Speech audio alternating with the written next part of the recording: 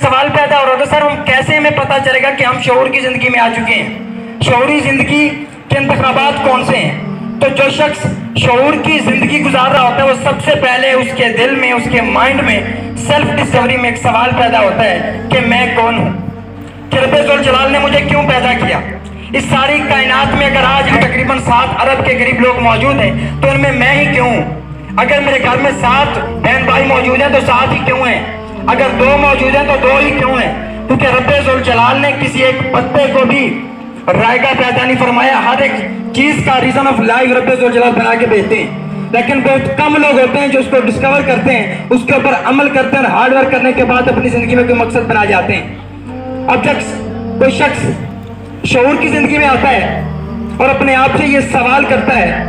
کہ مجھے اس زندگی میں کیوں پیدا کیا گیا، تو سب سے پہلا انعام جو قدرت اسے دیکھتی ہے وہ یہ ہوتا ہے کہ اس کی زندگی میں کوئی خواب آ جاتا ہے، کوئی ڈریم آ جاتا ہے، کوئی زندگی کا مقصد بناتا ہے، اور مقصد بنانے کے بعد زندگی میں کوشش جا کے کرتا ہے اور آگے چل کے کامیاب ہو جاتا ہے۔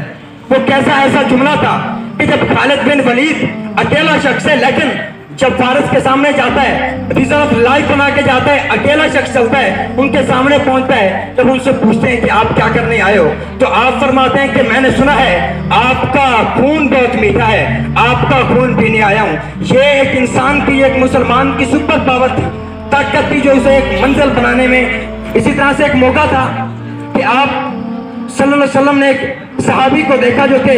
بڑے غریب ہیں، لاچار ہیں۔ آپ نے اس کو دیکھنے کے بعد ایک جملہ ارشاد فرمایا کہ اے صحابی، اس وقت کو یاد کرو جب پیس و کسرہ کے کنگن آپ کو پہنائے جائیں گے، اس وقت کو یاد کرو جب پیس و کسرہ کے سونے کے زیورات آپ کو پہنائے جائیں گے۔ وہ وقت بھی آیا کہ آپ صلی اللہ علیہ وسلم کی رولت کے بعد جب اس شخص کو وہی کنگن پہنائے گئے تو آپ پھوٹ پھوٹ کر رو رہے تھے۔ کسی نے پوچھا کہ آپ رو کیوں رہے ہیں تو آپ فرماتے ہیں کہ میں اس وجہ سے رو رہا ہوں کیونکہ ایک وقت تھا کہ میرے اوپر غربت تھی۔ میرے حضور اکرم صلی اللہ علیہ وسلم نے فرمایا تھا کہ صحابی، اس وقت کو یاد کرو کہ جب کیسو کسرہ کے کنگن آپ کو پہنائے جائیں گے، اور آج مجھے وہ پہنا دیے گئے۔